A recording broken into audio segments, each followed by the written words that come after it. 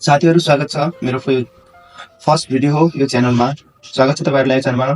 आज चाहिँ हामी चाहिँ क्वाड्रेटिक इक्वेसनको फर्मुला यदि चाहिँ हामीलाई चाहिँ ax² + bx + c = 0 को रूपमा चाहिँ कुनै इक्वेसन गिभन छ भने त्यसमा चाहिँ x को भ्यालु हामीले फाइन्ड गर्नु पर्यो भने -b + -² v² - 4ac/2a फर्मुला लगाएर हामीले चाहिँ x को दुईटा भ्यालु फाइन्ड गर्छौं भने तर यो फर्मुलाको हामीलाई प्रुफ थाहा हुँदैन। आज हामी चाहिँ यो फर्मुलाको प्रुफको बारेमा डिटेल रूपमा जान्ने छौं र आउनुहोस् सुरु गरौँ।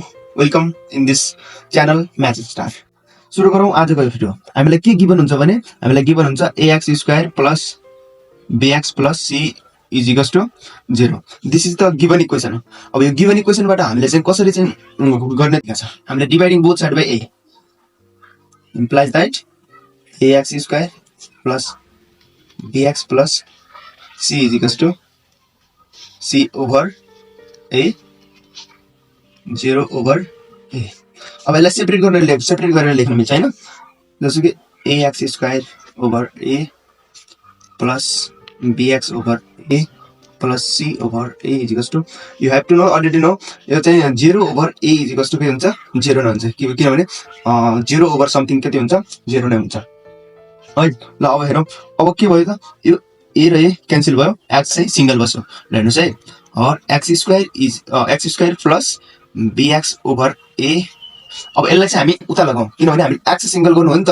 x को नामको कन्स्टेन्ट टर्म चाहिँ दायाँ साइडतिर लगाउँ भने यो के हुन्छ यो प्लस छ यहाँ गएपछि के हुन्छ -c/a हुन्छ। ल हेर्नुस् है अब हामीलाई चाहिँ के छ x² + bx/a = c/a छ। अब हामीलाई के लजिक लगाउनु पर्यो भने यसलाई चाहिँ a + b का होल स्क्वायर को फर्मुलामा चाहिँ यसलाई कन्भर्ट गर्ने प्रयास गर्नु पर्यो।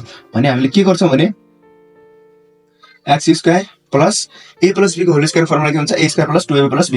a भने चाहिँ अहिले x छ a² + 2a भनेको कति छ x छ। लजिक लगाउनु पर्यो है। अब b कति हाल्यो भने हामीलाई यो टर्म मात्र दिन्छ। हेर्नुस् है हामीलाई x पनि छ यता x छ तर 2 बढी छ भने हामीले चाहिँ b कति हाल्यो b हामीले चाहिँ 2a हाल्यो भने हेर्नुस् है हामीले चाहिँ यो कन्स्टेन्ट टर्म दिन्छ यो टर्म दिन्छ हामीलाई फरक पर्दैन। अब हामीले त फर्मुलामा चाहिँ हामीले कन्भर्ट गर्न खोजेको मात्र हो प्लस a² + 2ab + b/2a का होल स्क्वायर। अब यो त हामीले थपेको टर्म हो कि हैन यो त टर्म थपेको हो तर यसमा त हामीले मिलाएको हो। यो 2 ले 2 क्यान्सल हुँदाखेरि bx/a बच्छ c मा रहन्छ तर यो त हामीले थपेको टर्म हो। त्यसलाई स्क्वायर के गर्ने घटाइदिने b/2a का होल स्क्वायर। हामीलाई राइट साइडतिर जस्तो त्यस्तै छ b/c/a। यस हेर्नुस् है यो चाहिँ माइनस टर्म हो। अब हामी के गरौँ भने अब यति हेर्नुस् त पहिला अन्त कतै नजानुस् बस यति टर्म हेर्नुस्।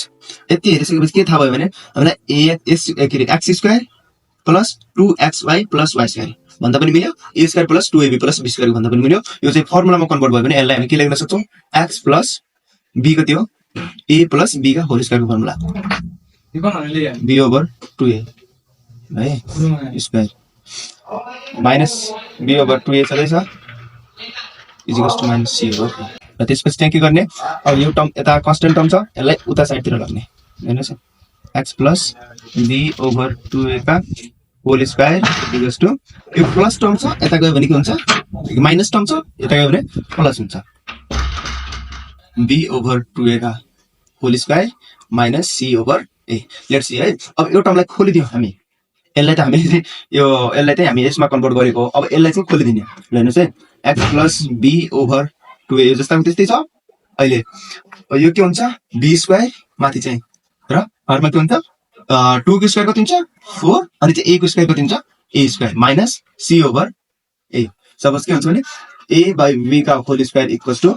यो चाहिँ हाम्रो अल्जेब्रिकमा ल हेर्नुस् है x + b/2a छ हैन यता यसको होल स्क्वायर छ भने यता के गरौँ हामी हरमा चाहिँ एलसीएम लियौं। एलसीएम भनेको साझा इन्टु बाकी कमन फ्याक्टर इन्टु बाकी फ्याक्टर। ल हेर्नुस् कमन के छ यसमा a छ हैन बाकी के रह्यो 4a² थियो यहाँ 4 * a रह्यो हो कि नै 4 * a भन्दाखेरि 4a² भयो हो कि नै। अब 4a² * 4a² यो र यो क्यान्सल भएको हैन भने यहाँ b² मात्र रह्यो माइनस अब यो र यसमा के क्यान्सल भयो एउटा a क्यान्सल भयो 4a मात्र बाँकी रह्यो 4ac।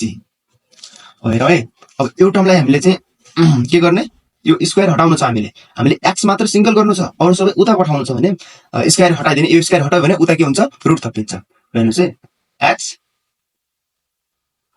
Plus b over 2a यहाँ के हुन्छ रुट थपिन्छ रुटमा के हुन्छ भने जहिले plus minus square root of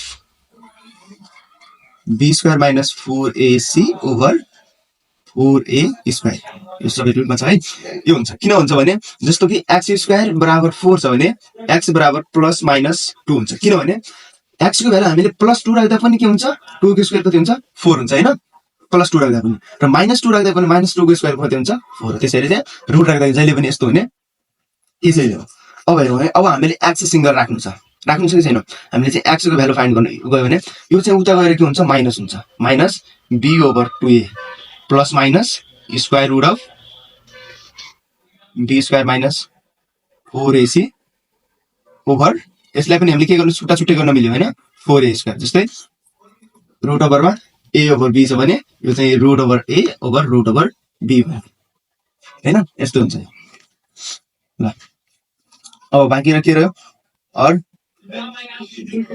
x to अब यहाँबाट के भयो भने माइनस b ओभर 2a छदैछ अनि चाहिँ प्लस माइनस यो छदैछ माथिको त के स्क्वायर त्यसमा छैन b स्क्वायर माइनस 4ac छदै अब यहाँ चाहिँ के बाहिर आयो भने यो चाहिँ के हो 2 स्क्वायर a स्क्वायर भनेपछि 2a त बाहिर आयो अब हाम्रो चाहिँ हामी चाहिँ उसको नजिक छौं है यसको नजिक यसको हामी नजिक पुगिरहेको छौं हामीले b square minus 4ac find गरिहाल्यौ प्लस माइनस पनि फाइन्ड गरिहाल्यौ अब माइनस पनि भयो अब हेर्नुस् है